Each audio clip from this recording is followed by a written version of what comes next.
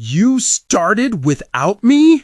Last time on Casey, Ethan cornered her in the hallway. She went to bed thinking it was over. She was wrong. Chapter 12. Partners.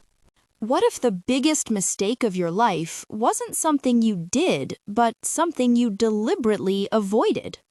And what if that mistake was about to unleash the most infuriating, mesmerizing, and utterly challenging person you'd ever met, right into the heart of your meticulously planned existence? For 2 agonizing days, a secret weighed on my shoulders, heavy as a lead blanket. Ethan and I were partners. But Ethan, in his usual challenging glory, was too engrossed in his daily ritual of testing me. Every sharp word, every pointed glance chipped away at my resolve. I spotted him in the bustling hallway, a focal point amidst his football cronies, a smirk playing on his lips as he laughed with a certain brunette. My stomach clenched.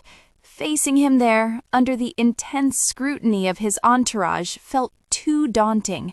My self-preservation won out.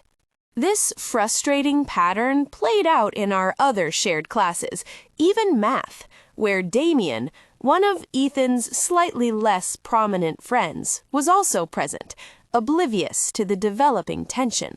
Then came Thursday, computer class right after lunch. This was it. The lab was neutral territory, the perfect place to share the important information. Big game next week. The Martins got them on double duty. Extra training.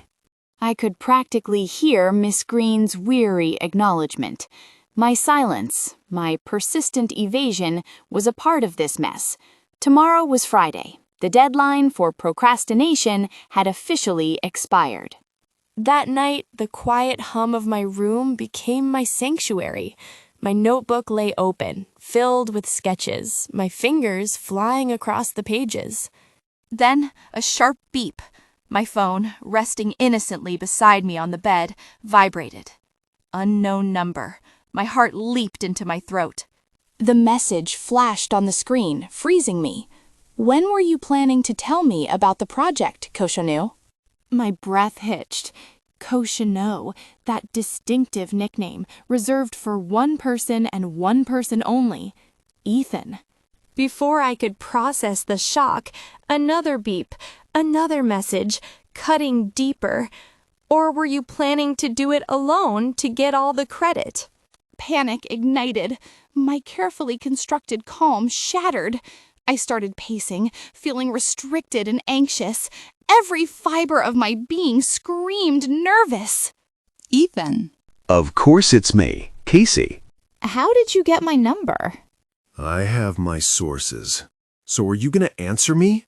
Why didn't you tell me we were partners? I was going to tell you. I just didn't have the chance, that's all. You mean with all the times you've seen me, you haven't had the chance to pass on this little piece of information? He was right, and I resented him for it. I stared at the blank screen, my mind racing, desperately scrambling for a believable excuse. I'll see you at school, Cochonu. The simple words were a foreboding message, his determined tone resonating, echoing the strong and certain demeanor. The next morning, Friday, every nerve ending in my body screamed, "Alert!" Stepping onto school grounds felt like entering an intensely challenging environment. Addison, my cousin and partner, bounced beside me, her usual boundless energy a stark contrast to my internal dread. And then her words and my breath died in my throat. There he was, Ethan, leaning against his locker, a casual, formidable presence. A furious blush crept up my neck, staining my cheeks crimson. If he hadn't looked like a formidable and intense presence, I might have allowed myself a moment to admire the sheer, raw handsomeness that even I, in my deepest moments of loathing, couldn't deny. His dark gray t-shirt hugged his sculpted physique, paired with sleek navy blue designer jeans that screamed effortless luxury. He was a walking sculpture, strikingly handsome with an intense aura. His gaze swept over me, a slow, deliberate inspection, making me squirm under its intensity. Then his eyes narrowed, fixing on my face, and that's when I knew. He wasn't just annoyed, he was incandescent with fury. Oh, he was beyond angry. You might as well avoid it. I am dead. The thought echoed in my skull, a mantra of impending doom. By the time he reached us, my face was a supernova of scarlet, sweat beading on my palms. Someone's not having a good morning, it looks like. Well, I think today I have the right to be a little preachy. Someone kept a very important message for herself that could affect my grades. I swear I was going to talk to you today about the project. You were 2 days late, Koshino. Instead, I found out from Seth that there was a project and that you were my partner. Why are you making such a big deal out of this? Don't bullshit me, Addison. If the same thing had happened to you, you'd be screaming at the top of your lungs. You know how important GPAs are for college. This project is 25% of our grade. I didn't mean to hide anything. Miss Green is going to check on our project every week, so it's not like I'm going to flake. Don't worry, I've already started. You started without me? Don't talk to her like that. You should be happy. You were going to make her do all the work anyway. Addison, she has a mouth. And don't make ridiculous assumptions. I don't trust her to do the whole project on her own. I grabbed Addison's arm, holding her back before she could launch another furious attack. As much as Ethan was a complete idiot, this time I had to admit the fault lay with me. I took a deep breath, forcing myself to be reasonable. Look, I'm sorry, Ethan. I was wrong not to tell you sooner. I'll text you all the details of the project, and we'll do it together. You better be sorry. I'll talk to you later, Koshino.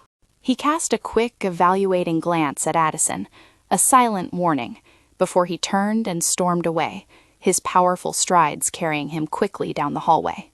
I exhaled a long, shaky breath, relief washing over me like a cool wave. That was very tense. For a second, even I was scared. Well, he's scary. No, not like this. He's always mean, but I rarely see him intense like that. Maybe during matches. What is your point? He's always like that. Really? Maybe he's always like that with you. I guess Lola was right. He has a thing for you. Let me guess. Disgust and hatred? I don't blame you for thinking that. He's acting like an idiot. But seriously, Casey, be careful while working on your project. And if he continues to act like an idiot, just be cute like you just were. You'll melt him. What do you mean, look cute? Didn't you notice how he became 1,000 times less intimidating the moment you said sorry? You were so cute when you blushed. Keep that tip handy. I wasn't even trying to. Sisters are so infuriating. Why are you trying to set me up with guys? I am very satisfied with my singlehood.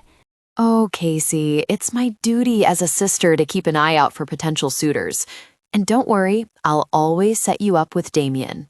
I groaned, a sound of utter despair. Between Lola's unsettling theory and Addison's infuriating remarks, my brain was a whirlwind of chaotic thoughts. Every time I caught sight of him in the hallways now, I felt my eyes lingering a fraction longer, drawn to him against my will. And almost every time, his piercing dark eyes would already be waiting, meeting mine in a silent, charged exchange. I furiously blamed the girls for implanting these absurd, confusing ideas in my head. He was the enemy, the antagonist of my carefully curated life. right? Later, in math class, I hoped my face wouldn't betray the chaos brewing within. I focused on walking a straight line to my table, my gaze fixed everywhere but on him, determined to maintain my emotional firewall. I nodded, cautiously. What did you do? I half-designed the website layout. You're fast. I'm going to be very busy next week because of the match. Even the coming days are going to be busy, as the season starts next month. I don't think I'll be able to work much with you on the high school project. My blood ran cold. Was he actually trying to dump all the work on me? My hackles rose. But I can find time after school. I decided we should work at each other's homes. It's more efficient. My reluctance must have shone like a beacon, because his amused expression intensified, the smirk finally blooming into full view. We should meet up tomorrow and finish this layout. So at your place or mine? Resigning myself to the devil I knew, at least in terms of predictable torment, I opted for the safest, most logical choice, even as a shiver ran down my spine. At my house. Because somehow, having him on my turf, under my rules, felt like less of a surrender. But what kind of chaos would he unleash within the sanctuary of my home? And could I possibly survive an entire afternoon, just the two of us, without completely losing my mind, or worse, my heart? But what Casey did not know was that Ethan was not planning just to do the project. In Chapter 13, he comes to her house, and nothing goes as either of them expected. Not for her, and especially not for him.